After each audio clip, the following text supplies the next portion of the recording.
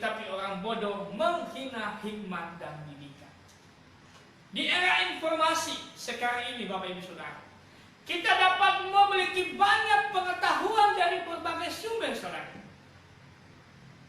Pengetahuan itu boleh berbagai macam kita terima, tetapi dikatakan orang yang berhikmat, orang yang bijaksana, tidak hanya memiliki pengetahuan yang banyak terisi di dalam otaknya, tetapi lebih dia mengerti, memahami lebih dalam terhadap sesuatu yang terjadi, situasi yang sulit, sehingga dia dapat menghasilkan sebuah penilaian serta sebuah tindakan dalam situasi yang sulit seperti itu.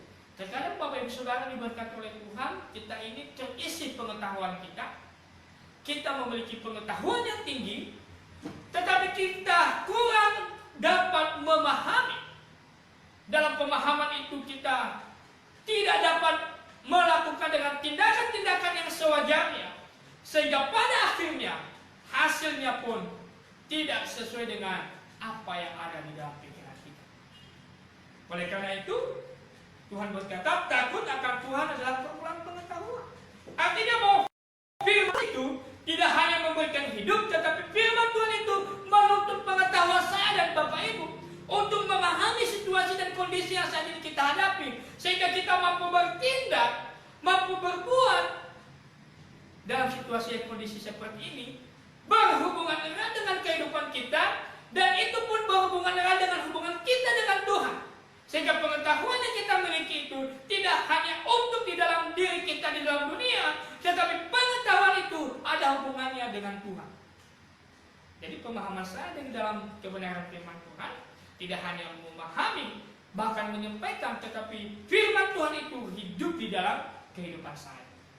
Oleh karena itu Bapak Ibu Saudara belajar dari salah satu tokoh yang bernama Yusuf, saudara.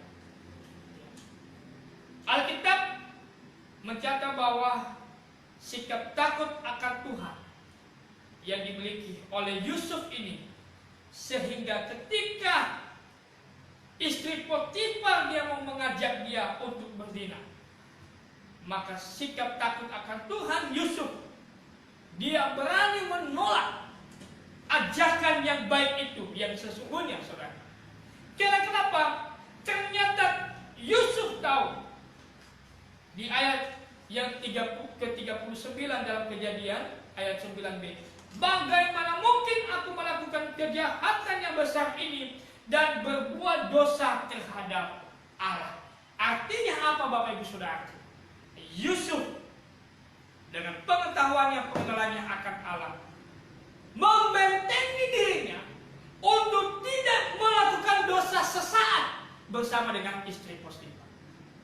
Jadi Bapak Ibu Saudara diberkati oleh Tuhan, ternyata firman Tuhan juga menjaga seutuhnya hidup kita untuk tidak salah bertindak dalam situasi yang mungkin ada kesempatan untuk melakukan.